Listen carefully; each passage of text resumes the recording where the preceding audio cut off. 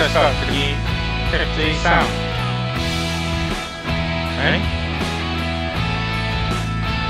About 10 minutes.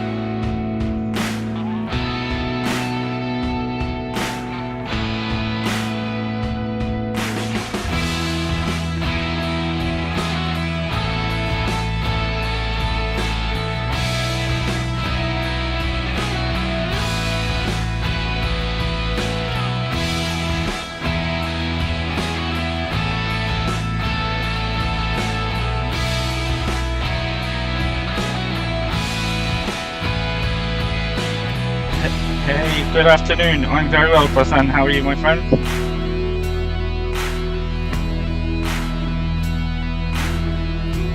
Oh, you could have said I could have pushed it back. Don't worry about these things. Just give me a message. It's not a problem at all.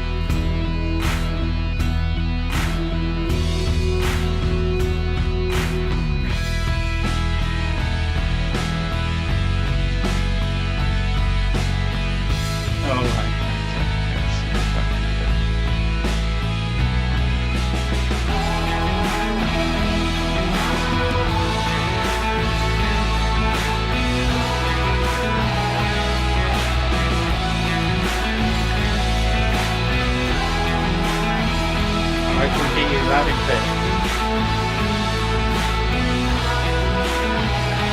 go? Alright, let's go.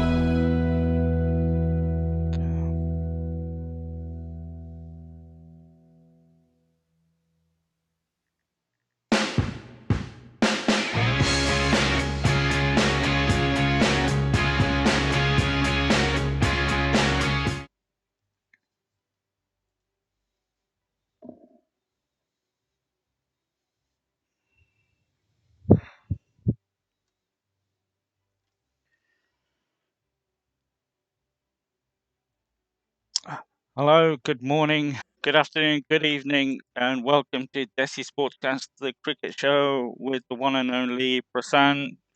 Good afternoon, Prasen. How are you today? Hi Bharat, good morning to you. Doing really well here in Bengaluru. Hope you're doing fine back there. Yeah, not bad. We're getting better. We're getting better. We're getting good news by the week. So, and we've got a bit of a roadmap now. So, something to look forward to as long as things continue the way they are. So, a lot more positive than, put it this way, this time last year. It's been a long year, but we're getting there. But I have, I have to start with the obvious question. How have you enjoyed your time off, having only done a 2 day week last week? And to be honest, I think we had a lot planned out for the 3 days that were remaining. So in that sense, I think a lot of the content that we had planned pretty much we could execute. But yeah, I mean that's what Test cricket is. You know, nowadays they don't really stretch to all 5 days, so we need to do what we get. I think quite a few friends of mine actually were in Ahmedabad for the test. So I think they were pretty disappointed that we didn't enter in 2 days. But yeah, I mean, not really a time off, trying to figure out what we can do different cricket. Well, for your friends, I don't know what the situation is in Gujarat and whether you can go and sightsee, but they had a few days to see the beautiful city and surroundings. So maybe, that was a positive for them. But the other question is, and this came up in the football show because there was a manager that was quoting that Indians don't like the English or something. Not quoting verbatim, but he was saying lines to that effect. And I'm thinking, after the preparation of this wicket, is this true? I mean, not really. You know, I mean, the pitch talk has certainly been blown apart in different proportions, and probably should have been kept down to a certain level because there's only little that a pitch curator can doctor. He can't be putting mud on the track, and he can't obviously make the cracks appear all of a sudden. You know, it's all going to be natural. Obviously, the combination of soil that a lot of experts have brought up has played a huge role. And I don't think it's a case of anyone hating anyone. You know, it's only about English batsmen being unable to adapt to the situation. We saw, the stats are right in front of us. It's 21 dismisses with a straight ball versus the others, which just replace, a catch or an LBW or something like that. So, in some sense, I think a lot of people have also been saying, and I think I totally agree with that, that the batsmen should have tried to play for the straight ball. And if the ball spun away and it went off the edge, then probably it's unfortunate for them.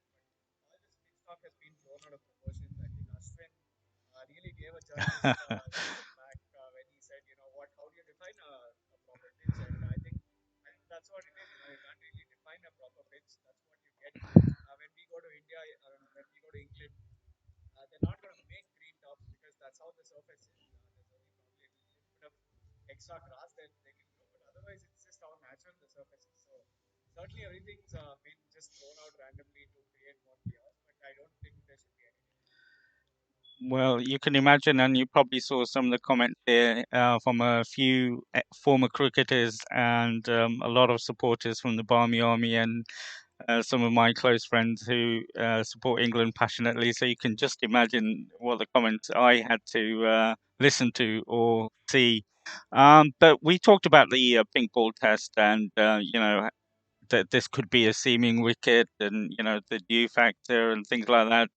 None of that came into the equation. But looking at it now, and I was thinking of having this show on the weekend because it finished so quickly. I mean, we were planning these every Wednesday, but what, in terms of the assessment from your side, unbiased and the pitch and the conditions, and I accept what you say about the straight balls and how many wickets were out to straight balls. But do you think that was a wicket that justified a pink ball test, a night test? mean, to be honest, I don't think we have anything to compare it with. Probably the only pitch we can compare it is with Eden Gardens, and there Ishant Sharma really bowled his heart out and sort of got all those wickets. And I think in some sense, even before the match started, both the captains were saying that the pitch will assist the spinners quite a bit, and I think that was what was expected. So the pitch didn't spit any demons in some sense until towards the end, towards the second, third, and fourth innings. So I think the first innings, the English batsmen didn't really apply themselves the way Bairstow got out. In fact, getting the ball going through the gate between bat and pad, I think that's not something that you expect from an international player of his caliber. He might play down to lack of match practice and all of that, but that's again the basics. There was so much gap between bat and pad. Obviously he got out. So that's just one example of the many wickets that fell. So I think obviously it was a low scoring match. There's no doubt about it. The Indian batsmen also struggled a fair bit, but you can't blame it on the pitch because ultimately there's only little that you can do if your basics are not right. And I think that's where the whole issue was that they all of them played for the spin whereas they should have probably looked to play for the straighter balls. And in some sense, I think Ben Folks really demonstrated how well he took to batting, even in Chennai, even in Ahmedabad. He really played out the spinners. There was almost no delivery that troubled him, so to say. So I think they should take a leaf out of his book and see how they can apply themselves going forward. I think a lot of the talk around the pitch wasn't helped by the bowling performance of Joe Root. If Joe Root can bowl like that, does it say anything about the pitch, or is it just bad batting by our boys? I think Joe Root himself said it. If he takes a fifer on that wicket, it pretty much sums up how the pitch is. But yeah, I mean, the pitch was going to assist the spin. There's no doubt about it. I think even Graves one mentioned he's never seen Root smiling more than how much he was smiling when he got that 5 wicket lead. So yeah, it was always going to produce a lot of spin. You can expect that from Indian pitches, and ultimately, it's good to see that he got that 5 wicket haul because it was at least something to celebrate for England in a rather dull Test match otherwise for them. So even the Indian spinners got wickets, the England spinners got wickets. So I don't think there was anything to complain. It was probably just lack of application, just as how Kohli and Rohit Sharma both were saying right after the match. So we'll have to see how that changes. Zach Crawley and Joe Root, in fact, did PCs. His for a press conference today, and Zach Crawley came yesterday. So Crawley was talking about how they made plans for Akshar to tackle Akshar Patel and Ashwin. So we'll see how much of that comes to fruition because obviously the pitch is going to turn a fair bit, and how they apply themselves is going to be key. Yeah, I don't think there's going to be any surprises like there were in that third test in terms of what the pitch in the fourth test has been. But what do you? I mean, I keep banging on about the pitches is because that's been the talk here for after the result and the early finish. But generally, over the first three test matches, and it seems to be back to normal in terms of the pitches being extremely spinner friendly, which I don't know, you probably correct me, but we've not seen for a while in India. Is this a conscious decision of the BCCI or Virat having some influences to this is the best way beating England, or is it just the type of wickets we and the time of well, it can't be the time of year we played in time before. But what do you make of the first three pitches, and what we expect to be the fourth pitch will be very similar? Yeah, I mean, in some sense, I think Chennai was definitely expected to be a dust bowl as it has been for quite a few years. But yeah, as you rightly mentioned, I don't think people were expecting it to turn like that from day one. Ben Folks, in fact, did even mention that it was turning square like it should on day five, on day one, instead of it gradually crumbling up. But I think it has to do with the weather and all of that. It's very dry, it's very hot, so the pitch obviously loses all its moisture, and there's no help, from obviously no clouds as well. So it's not going to make an influence at all. So and that's why it was obviously dry. It was going to crumble up, but it was certainly a surprise, and you can't really. I mean, I'm not sure if that's what BCCI wanted. They might have wanted it. I mean, in this day and age, you can't really find out who wants and how they influence people. But I'm not sure if BCCI would have exactly wanted this track, but it was always going to be a spinning track, even from day one. And it's certainly no surprise. So that's why I said that it's probably blown out of proportion more than it should have. And just on the following on that, in the past, we've prepared spinning wickets because we had the batsmen that you were used to playing world class spinners, and it seemed that was the way to go at home. But in this current team and a couple of years, back as well, do you think we've got the players now that can play world class spin, or was this just an aberration in terms of how our batsmen faced? Let's face it, they're not world class England spinners of the past. What do you think of our batsmen? I think there are certainly a few struggles. There's no doubt about it. But again, that does come down to the fact that the pitch did spin quite a bit. I'm not saying it's bad venom. There weren't any demons of the pitch straight away. But I think that all that application, obviously, when the ball takes off the surface and the ball spins so much, when a few of them just slide in with the arm, obviously there's going to be a doubt in the batsman's mind. And I think that's what happened. Some of the deliveries that they got out of Pujara, for example, got caught in front. Some of these dismissals, obviously, you can't really blame the batsman completely. But having said that, in the day and age of T20 cricket, I think it's very hard to adapt to Test cricket in some sense and that's why I think we're seeing a lot of results coming out rather than dull draws because players are nowadays looking to score runs and that intent to score runs might sometimes bring about dismissals, which is why we're seeing teams being bundled out, in about 3, 4 sessions and a result possible in every test match. So I think that's what it is. Sometimes that combination of that fear of getting out versus needing to score runs can lead to But generally, do you think our batsmen are still one of the best at playing spin? Yeah, absolutely. I mean, they've grown up on these surfaces. All of them have played on these spinning tracks. Yeah, there isn't any other country where the pitches produce as much turn as it does in India. I mean, probably Sri Lanka, Pakistan, obviously, we haven't seen for a long time, but Sri Lanka has produced some turn. We saw the England, I mean, Joe Root himself scored so many runs there, and after the first test, he hasn't scored too many. Um, in that sense, I think it's important to see that Indian batsmen are capable of putting up a good show. But for some reason, I think the combination of this fear versus needing to score runs is being played. But they have obviously grown up on these surfaces. They've grown up practicing playing against Kohli. So yeah, certainly they're among the best spin players.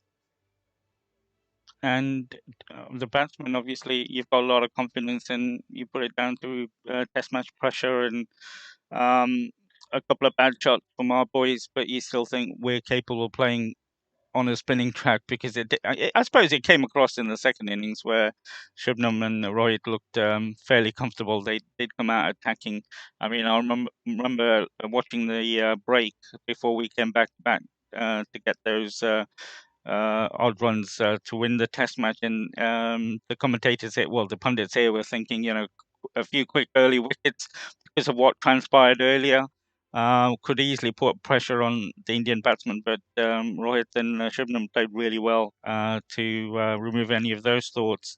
But in terms of our spinners, what a debut series Axar is having. Do you think we found the replacement for Sir Ravi? Not that we need one because he's still got a few years in him, but that's a really good backup. Well, I was going to say backup bowler to Ravi because he's hard to replace, but I think we found one. Really took the ball in. That's something that's a very very good skill, because as we mentioned, batsmen generally tend to play for the spin in Indian conditions, and if you can get the ball to slide into the batsman, I think that's a fantastic skill to have. And that's what makes Ravindra Jadeja that much more Mm. effective. The fact that he can really turn the ball as well as slide the ball in, and obviously he can bat very well. So I think in some sense, Akshar Patel still will probably need to work on his batting in terms of the longest format of the game.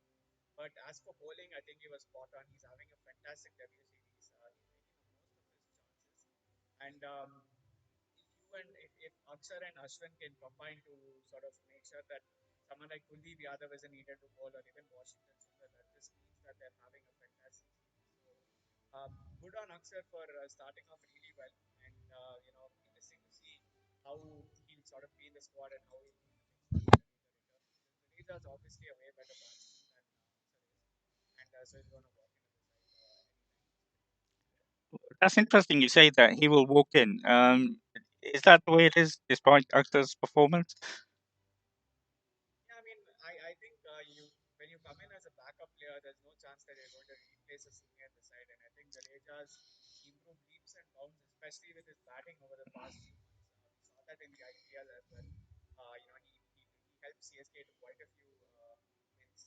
And yeah, I mean, Jadeja, he's been a poor performer. His average was fantastic with the Red Bull. I think in some sense, obviously, if he was preferred over Ashwin in a few test matches, that just means that he's very effective with the ball. So yeah, in that sense, I think Jadeja is definitely going to walk in, and Aksar will have to wait for his chance. We're seeing the way Ishant Sharma has walked into the side after coming back from injury, and now it's going to be a question whether they're going to play Umesh Yadav or Siraj. So uh, Ravindra Jadeja is definitely walking into the side. That's well. I'm going to come to you. You spoke about Ishant, and I'm going to come back to him. But I just want to, feel for Akhtar if he's going to be, uh, dropped if Ravi's fit and ready to play, because I think it should be that if you're performing, you keep your place no matter who you're keeping out. But I take your point, that um, Ravi's having an incredible um, short season, but his experience and his past and what he's doing at the moment, that he probably comes back. But I'm one of those that no matter who you are, if you're playing well and you're doing your job, you stay in. Even if you're keeping out Virat, well, not Virat, he's probably the exception, but any other player, I think Axar should keep his place until his form dips, or the conditions are such that you bring Ravi back. But we'll see what happens with that one. But I also want to ask you about Ashwin. He must have had an incredible lockdown when nothing was happening, because he's come back rejuvenated. And it seemed prior to that, was probably just me in my head that was thinking, this is the him going, to twilight of his career. But he's just come back really strong and really focused and determined after that break with a really brilliant Australian series. Now he's backing up here with the bat and the ball. I don't know if you know what he was doing in the lockdown. Yeah, I think he was asked the question as well. What's really changed everything for him, and I think everyone knows he's such a master of the game. The way he talks about the game, the way he talks about his own bowling and his batting is fantastic to watch. There's so much that you can learn just being an armchair expert in that sense. So I think Ashwin's done really well. Everyone obviously put his batting under the scanner, but after that knock in Sydney and that century in Chennai, I think all those critics have just become silent now. And of course, his bowling was never a doubt. He was always going to be a premier spinner in India, and he showcased that. He even crossed the 400 wicket mark in just 77 Test matches, which is absolutely fantastic. That's just a hallmark of a great cricketer that that you can get such records in your name. A cricketer can always say, these records don't mean anything to me. I'm a team man and all of that. But I think in some sense, achieving these records always push you and fuel you to do a lot better than what you would otherwise. So fantastic to see Ashwin 2.0. He did really well in the IPL, and I think that's where it all started for him. He came in with that confidence against Australia and now against England. So I wouldn't be too surprised if he makes the limited oversight, even to be honest, for the next series that they're playing. But for him to replace youngsters like Sundar, and obviously for him to replace someone like Chahal would be absolutely hard. But given the way he's gone about his work and given the way he's improved over so many months, and the fact that he's performing, I wouldn't think he's too far away from making the top. Yeah, and although he's not been selected in the T20 squad, depending on how his IPL goes, and I won't put it past him to be pushing for a place in the T20 World Cup. You never know. He's come back, like you said, 2.0 version, and another bowler that we've mentioned and talked a lot about, the spinners and the spinning wickets and what have you. But what can you say about Ishant? 300 wickets, 100 test matches for an Indian pace bowler. He's had a few injuries himself, but he's been said to have been at his at his he's lost his pace and he's not going to get back into the team, but he keeps fighting back, keeps playing. What a player for India he's been. Yeah, absolutely. I mean, he's been a fantastic player. He's an absolute workhorse, and all these years of hard work that he's put in is really working out for him very very well. And I mean, that's just what a great player is. You know, they make the most of all the opportunities that they get, and for him to perform so well for India over such a long period of time is absolutely fantastic. Um, there's nothing more important than representing your country, and I think he's taken that really well in his stride, and he's done fantastically well, and I think hopefully he'll continue to do well for a long, long time. In fact, I remember seeing him play. I think it was a few years ago when England came and they were playing in Leicester, and he was not part of the first 11 at that time. But you could see the run up, and we'd never seen an Indian bowler with that, tall, lanky, and you could see the pace. But never did I think that he'd be playing 100 Test matches for India because of fast bowling, what it takes out of you. And we've seen a lot of fast bowlers break into the team, but then because of injuries and what have you, they seem to lose either pace or don't carry on. But incredible servant for the team, and I'm glad he got all the plaudits because it's not the easiest place to be a fast bowler for this length of time and get the results that he has. Um, Moving on to the next test, which obviously starts tomorrow. The first question I have to ask you about, and it's been a talk about it here, is England's rotation policy and how it's not helping. I mean, classic example, Moyne would have played if it wasn't for the rotation policy. I know he's coming back for the T20s and he's going to be there for the IPL. What do you think of England's policy? Because getting at the start, everybody understood why it was there because of the bubble environment is very tough for the players. But India are playing in similar sort of bubbles. You know, they're away from home. I know they're playing at home, but they're staying in the hotel. The environment's the same. What do you make of it? Because it's getting a little bit of criticism now. I don't know if it's on the back of the results, as every sport, as soon as you start losing, people start picking different points. But what do you think of having a rotation policy? I mean, I'm not too sure if players like to be rested, to be honest, because everyone wants to play cricket and everyone wants to make the most of the opportunities that they get. So, in some sense, I think the rotation policy doesn't work really well. At least I'm not a big believer in it. But of course, it all comes down to how a player feels at any point in time. If they don't feel like playing, or if they're exhausted, then there's no point in playing them. But having said that, I think England need to sort of figure out a way to get the most out of their players. You know, rushing Johnny Bairstow into the 11, for example, wasn't a really inspired move. You know, Mm. obviously he had two failures, and everyone, I think Graham Swan put it perfectly. You know, the whole point of him walking his dogs in the Yorkshire didn't really help. So obviously all that's going to come into the picture. The whole rotation policy and whatnot. So um, I don't think there's much to do with the bio bubble anymore, because I think now players have time to spend with their families. There will be some break, so in some sense, I think they can afford to continue playing because obviously the whole point is you're representing your country, and you can obviously be in touch with your family through virtual media. And at some point in time, maybe even before a tournament or after a tournament, you don't need them. For players to be rotated, obviously it affects the balance of the team. England, I think to be very honest, England have been lucky with how good Ben Stokes has been with the bat. Because if he wasn't good with the bat, then all the blame would have probably fallen on Joe Root, or even England for sending Josh Buttler back. So uh, I don't think it really works. But what's worked for them is the fact that they're able to give a reason saying why they're going to rest Stuart Broad or Archer or Anderson, and or Dom Best for that matter. Fact, and I'd be really surprised if Best doesn't find the spot in the next test.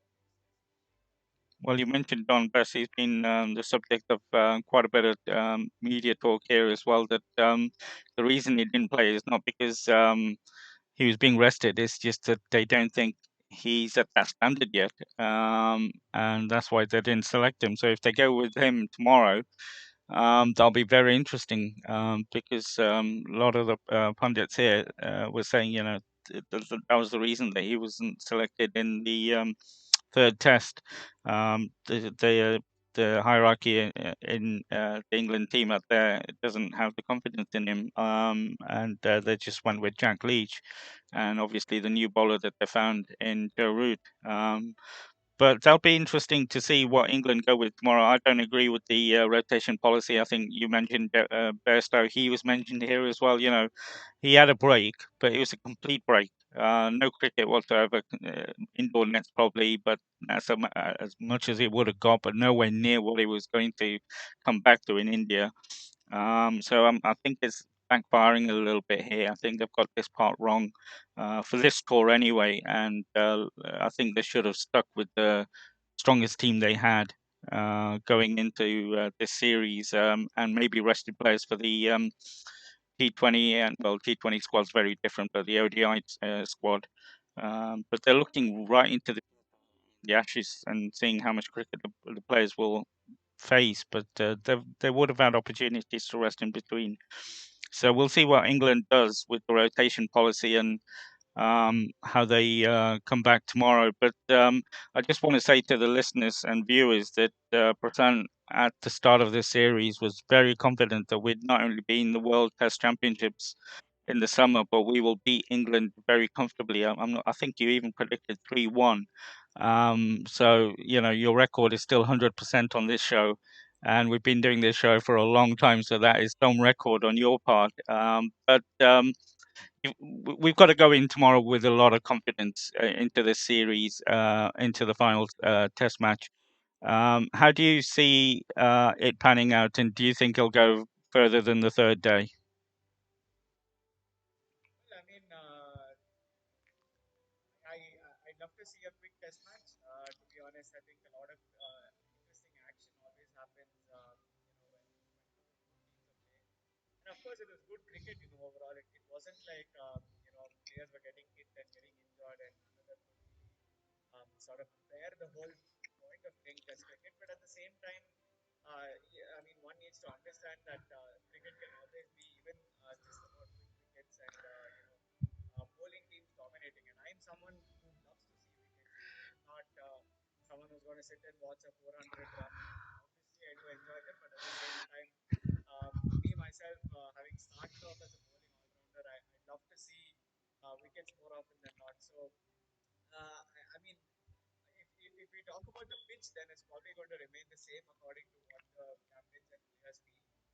So we might not see the game stretch further than the fourth day for sure. But if the third test is anything to go by, then I think we're certainly in for a shorter test again. And you say that you enjoy wickets falling, but that second day was so exciting. It felt better than the T20 game in terms of what was happening. It was hard to think that this was Test match cricket. So it was in, I don't think we'll ever see another day's cricket like that. Because you knew there was a wicket coming at any time, no matter who the batting team was. Um, but just in terms of the Indian team, obviously a winning team, we know there's going to be one change. Jasprit is taking some time off. I don't think he'll be needed, to be fair, if you look at the conditions. Um, who do you think will come in? Mohammad Siraj, do you think, or because he can bowl long spells, although I don't expect him to, but he's one of those bowlers that can keep on bowling for you, or do you think Umesh will come in for that? And do you see any other changes? Yeah, I think, in my opinion, probably Umesh Yadav is going to be coming into the side.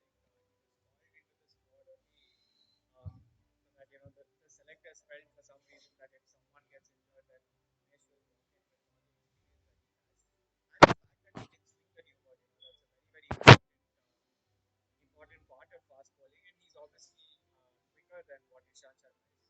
So I think he adds some different dimensions to the side, and I have a feeling he's going to replace Moudgal. I also feel that if you have someone in the side who's not going to sort of satisfy the role that they are, talking with Washington Sundar, if he's not really bowling in the side, with probably just opting for Ashwin and Aksa to bowl, then they might as well go in with a proper batsman. Obviously on the spinning track, on a track like this, wherein you need all the batting that you can get. Might as well go with a proper batsman who's going to give you runs rather than having a bowling all rounder who can probably chip in with a few crucial runs. mean, I know he did play a fantastic knock in Chennai. But having said that, again, sorry, not Chennai, test, first test. But having said that, there's no point of him being in the side if he's just going to be there for his batting. Might as well get someone like probably Hardik Pandya. See if he can bowl a couple of overs. See if he can probably fine tune him to the T20I series because he's going to play a major part there. So in that sense, I think they should try and get a pure batsman in instead of just having an all-rounder who probably won't even bowl and can probably bat. So I think one of either Hardik Pandya or KL Rahul might replace Washington Sundar. And as for the other change, I feel they're going to go with Umesh in place of Moudgal. That's a really interesting one. Until you mentioned Hardik's name, I was thinking seventh batsman, because Ashwin, we're going to class him as all rounder now as well. But when you mentioned Hardik, yeah, that's not a bad shout actually. Just to see, fine tune him, like you say, put him out there. I doubt. Well, he's not going to bowl too much, but if he gets the couple of overs, it's not going to do any harm. But just to get his batting in, that's a really interesting shout. We'll see how the selectors, because we know they'll listen to you. We'll see how they take your views on that one. But in terms of the other batsmen, Cheteshwar and Jinx, and they've not had the best series so far. Any concerns for you, or is it just the nature of the pitches and the nature of the series at the moment?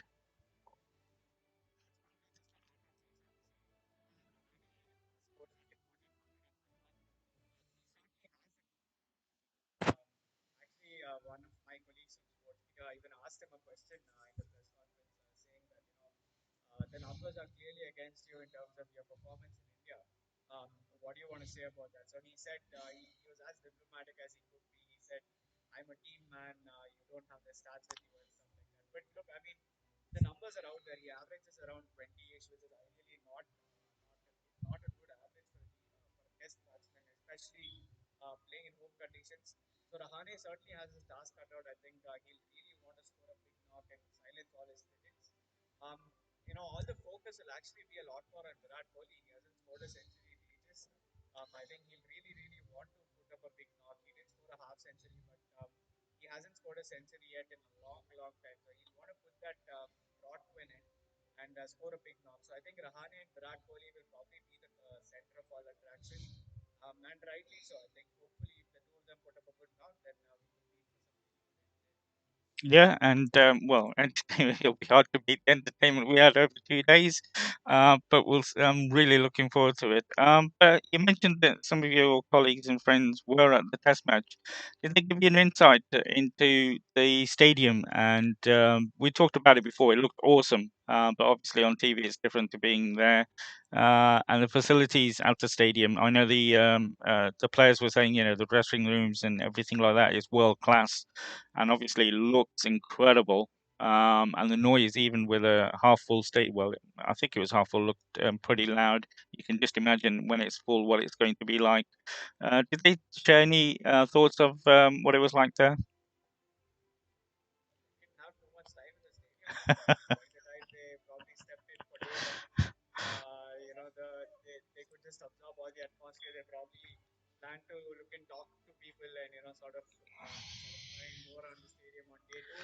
And the match was done, so the rest of the days that they had to look around and sort of get a feel of the stadium was gone, and they didn't have that opportunity. So, but yeah, I mean, I did have a conversation with one of my friends. He was there in the stadium. He actually flew all the way from Kochi, which is down in Kerala, to go and watch the match. So I couldn't have too much of a conversation. Obviously, he was enjoying the match there and didn't really want to sort of ping him continuously and ask him how it is. But now that you asked me, I think need to sort of figure it out. And we probably need to figure out who's going for the fourth test. They might have an idea if, according to you, the match will certainly go on until the third day or maybe beyond that. Yeah, it'll be interesting to see. But no, it did look an amazing stadium, and before and during the game as well. I just hope we get a chance to go and view a game. I think it's become one of those stadiums that you want to see a game at. I mean, there's a few. Obviously, we've got Lords here. You got the MCG, and I think the new stadium in Gujarat is added to that list. Obviously, Eden Gardens is in that category as well. and obviously the Chinnaswamy. How we can't forget that one. I knew that was coming last. That was just like how Arjun Tendulkar came up in the auction. Okay, we're gonna put it out there. It doesn't matter, but okay, we'll put it out there. Of course, it matters. It's well known for that, and it's by no means last on my list. It's they're all on par, but I'm putting it there with those iconic stadiums because it deserves to be there. But one to be ticked off. But moving on to the squad that's been selected, obviously this is a big year, not just because there's the World Test Championships, and I think we can both agree that India, New Zealand looks very, very likely now, unless something incredible happens in the next few days. But obviously it's the T20 World Cup year, and the preparations really start now with the first series against a very, very good England T20 squad. They are really preparing to go for that trophy. I think they've got the players to do it. Obviously, they've been concentrating on building this T20 squad for the World Cup, and you can see the players that they brought to India as preparation for that. But in terms of the Indian squad, quite a few. Well, for me anyway, you can tell me what your thoughts are in terms of the squad. But it was good to see Ishan being included. It's probably on the back of his recent performances. And the one that everybody wanted to be selected for Australia, Rahul Tewatia, getting a shout. And Chakravarti, what do you think of the squad that's been selected? Because Chakravarti, again, he was unlucky. I think he got injured in Australia. What do you think of the squad that's been picked? And is this planning for the T20 World Cup when you look at that squad? Or is it a few players are being rested? That's why they're not being selected for this series? Yeah, we are going with the full strength squad. There aren't any key players missing as such. But I think we just heard reports earlier today morning that probably Varun Chakravarti and Rahul Tewatia didn't clear the mandatory yo-yo test that is placed by BCCI to sort of make the squad. So if those reports do come out to be true, then it's certainly going to be a big dent in their plans to actually make the squad. But yeah, obviously Tewatia on the back of that IPL season, he enthralled everyone with his batting and the fact that he can hold his spin, which is a very, very important commodity in modern age cricket. Obviously makes him a very vital asset. Varun Chakravarti, obviously given that he bowls mystery spin, he's an unknown commodity. Um, in the IPL as well, he was used extensively by Dinesh Karthik in the IPL, so much so that Kuldeep Yadav couldn't find a place in that KKR setup. So obviously he was back to a very big extent, and someone who produces that extra element of surprise obviously is an important addition. I'm very pleased to see Surya Kumar Yadav finally being given a spot in the side. I think everyone wanted to see Surya make the squad because of how consistent he's been. Even after this, even during the IPL when the squad was announced to Australia, he didn't make the cut. Mhm. All the gestures that he did and all of that, I think, added all the spice. And finally, the selectors were sort of forced to keep him in the side purely based on his performances. Even in the Vijay Hazare, he's been doing really well. So good to see that he's there along with Ishan Kishan, obviously two Mm. proven performers for the Mumbai Indians over the past few seasons. And if they make the 11, they're certainly going to add a lot of value to that Indian team. So very pleased with the squad. I think some very useful additions. And if they get a chance, I'm sure that they'll make the most out of it and deserve the best performance. Would you agree the only one that will be missing, that will be in the squad being fit, is Jasprit? Sorry. I Would you didn't. agree that the only one that's missing that will be in the T20 World Cup squad, providing that he's fit, is Jasprit Bumrah? Yeah, absolutely. I think they've given him some rest after Mm. all the cricket that he played in Australia, and obviously here also against England, he played a full IPL. So I think they're going to be resting him for to keep him fresh for the IPL as well, and it's obviously a good move. I think he's also we're hearing on reports that he's also getting married, so he's taking some time off before the IPL. And yeah, some really good Gujarati food for all the training that he need to go to for the IPL. there you go. He's already getting influenced by his bride to be. Take some time off. You have to concentrate on the wedding. Quite right too. And yeah, I've read those stories as well. And if that's true, we wish him the best. And quite rightly, he's taking some time off for that. But it's really good to see Bovey back. Yeah, absolutely. Really interesting to see how he's going to fit into the scheme of things. I think a lot of people have forgotten Bhuvneshwar Kumar, Yeah, to be honest, it's true. with all the test matches that have happened. Yeah, I Ishant agree. Sharma, Umesh Yadav, Mohammad Shami, Bumrah, all of these players are getting all the limelight. Mm, Obviously, Siraj and Saini also in recent times, and everyone's sort of forgotten what Bhuvneshwar Kumar can do with the new ball and also in the death.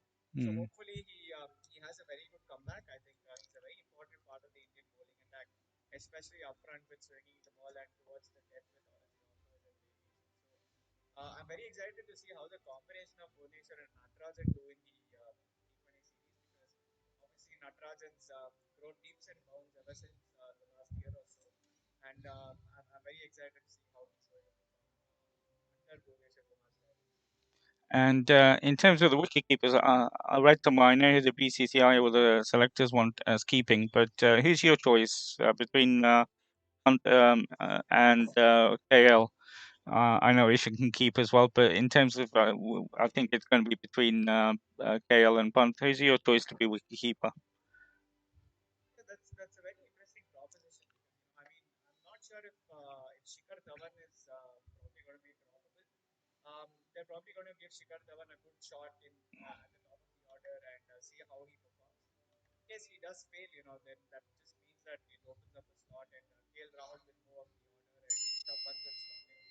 But given how KL Rahul has been successful, with the gloves, I feel he might be picked for the first T20I, because obviously he didn't play the Test series as well, so they might look to give Rishabh Pant a little bit of a rest and instead go for KL Rahul services with the gloves. But that's just my theory, and I'll be happy to see Rishabh Pant back, because that's the format where he really belongs. All his performances have Yeah, been in the Test format. Um, but he's someone who can really provide that X factor lower down the order with all his finishing. So if he combines with Hardik Pandya to sort of give India that lift towards the end, I think it'll be a fantastic side. But having said that, I feel they might just rest him for the first T20 and try out Rahul. And in case Shikhar Dhawan or even Rahul fails for that matter, perhaps Rishabh Pant might. yeah, it'll be interesting to see who they got because I read somewhere that the selectors think because of Punt's performances lately, he might just replace KL behind the wickets. But yeah, we'll see if Shikhar is playing or yeah, and that'll make their decision a little bit easier as well. But I'm really looking forward to the T20 series, not only because it's the World Cup year, but this is a really strong England T20 team, and a lot stronger than their Test team. I think I said in the first one. I think this is one of the weakest England Test teams that's gone to India for a while.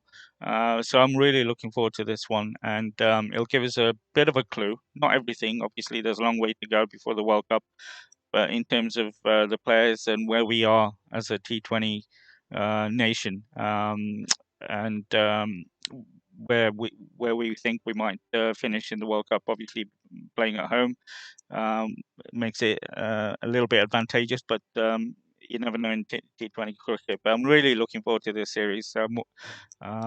But in terms of the other thing that's going on in India, obviously Vijay Hazare, and thanks to your boys, you've still kept an interest in the quarterfinals. Your boys came through. Um, the quarterfinals, I think, are starting in a few days in Delhi. What can you tell us about how it's gone and how your boys are performing, and what are your chances of progressing even further? Yeah, I think we had a free, I mean, not a free class. If you consider all of Karnataka's wins so far after that one loss to Uttar Pradesh, you can term that loss against Uttar Pradesh a free class, because obviously it did rain and DLS and all of that came into the picture. But yeah, I think it's been a fantastic season. The top three have scored a lot of runs. I think if I'm not wrong, Padikal's averaging something around 179 with the bat, or 190 with the bat, which is absolutely staggering in terms of numbers. And Ravi Kumar Samar, who's captaining the side for the first time, is scoring a whole lot of runs. KV Siddharth also at that crucial number three position is scoring runs. So I think it's fantastic.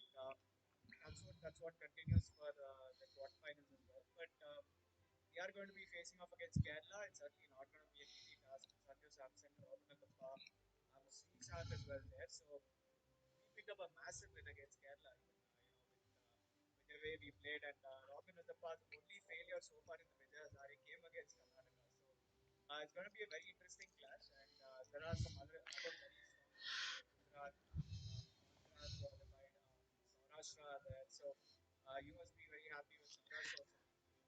Absolutely. Just about made it despite losing the last league season encounter to services. But yeah, they're a good team as well, and I think it's going to be some. This time they're going to change the format a little. So Delhi will be facing Uttarakhand in the eliminator, and whoever wins that clash will make the quarterfinals. So some very interesting matchups coming up, and I'm really excited to watch it. Hopefully, all the matches do come on TV. Yeah, and I really appreciate you mentioning Saurashtra. For all the listeners and viewers, I did not pay Prasen to mention them, but I do appreciate it. Yeah, it's good to see them in the knockouts. Although they've got a tough game against Mumbai, but we've still got Gujarat. So we've got two teams from my part of the world.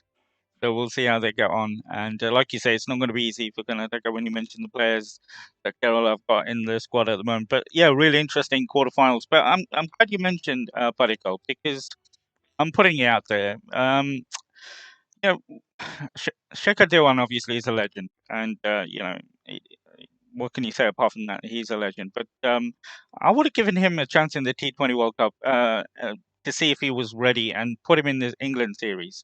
Do you think he's not ready at all? Or, well, that's not fair. He is ready, but and go with the future rather than stick with the legend and see how he gets on against England because they are one of the best T20 sides in the World Cup. Yeah, I mean, I think there are two things to that. I think Padikkal obviously has performed in the domestic circuit, but there are too many options for India to bench otherwise. Obviously you've got KL Rahul, you've got Dhawan, you've got Rohit Sharma, you've even got Ishan Kishan who can open the batting for you. So in some sense, I think they're trying to figure out what they can make out of the options that they have. And Padikkal obviously has time on his side. He's a very young man who's doing really well. So I think it's just a matter of another few months or maybe a year until he breaks into the Indian team. As you rightly mentioned, I think if Shikhar Dhawan does not do too well this time, he might be shown the door because the T20 World Cup is serious business. India haven't won since a very, very, very long time. And the ICC curse is something that they'll be looking to lift as soon as they can. So I think in some sense they'll obviously look for youth to be included in the side, but considering that the T20 World Cup certainly poses a lot more challenges than just another regular T20I series, they probably wanted to go with experience over youth, and that's why they picked Shikhar Dhawan because he's performed all the time in ICC tournaments, and this England T20I series and obviously the IPL that comes after will be a perfect sort of dress rehearsal for Shikhar Dhawan to sort of fine tune his game and figure out his strong iron them, so to say. So I think that's why they picked him, and Rohit Sharma and Shikhar Dhawan form a really good partnership. So Shikhar Dhawan knows his game, and I think he'll be looking forward to the challenge. Yeah, and obviously they're both incredible legends for Indian cricket. But I just thought, this might be the time to start the transition, or maybe to have a look at Buddy Colt and see how he performs. I'm sure if they wanted to, they could have put him in number one. Because we know that we've got Shekhar there. Just to see how he performs. But yeah, we'll see how Shekhar performs and what sort of IPLs all the players have, because that will have a big influence in the final squad as well. Obviously, there'll be cricket in between, but I think that will also have an influence, even though it's 3, 4 months ahead of the World Cup. But really a lot to look forward to as always, including in the next few days. I just hope you have at least a third day, if not the fourth day of cricket to look forward to in the next few days, just for yourself and so your friends as well in Ahmedabad can enjoy the facilities a bit more than they did in the first test. But as always, fascinating talking to you, my friend Prasan. And what are your plans for the next few days? Or are you planning for 3 days of cricket and then 2 days off, or 4 days of cricket? Yeah, well, I mean, we probably take it how it comes, won't we? Because there's a lot to look forward to. Certainly, obviously, test of the series are not a lot on the line. I mean, not for England, but India in specific. Need to sort of at least get a draw, if not a win, to sort of make that Test Championship finals. So a lot on the line, and obviously everyone will be raring to go. I think all the break that we get has sort of built up nicely to what will hopefully be a very good Test match. So really looking forward to some good cricket to wrap up the series. Fantastic. As always, pleasure speaking to you, my friend. Stay safe, and we'll catch up with you soon. Thank you again.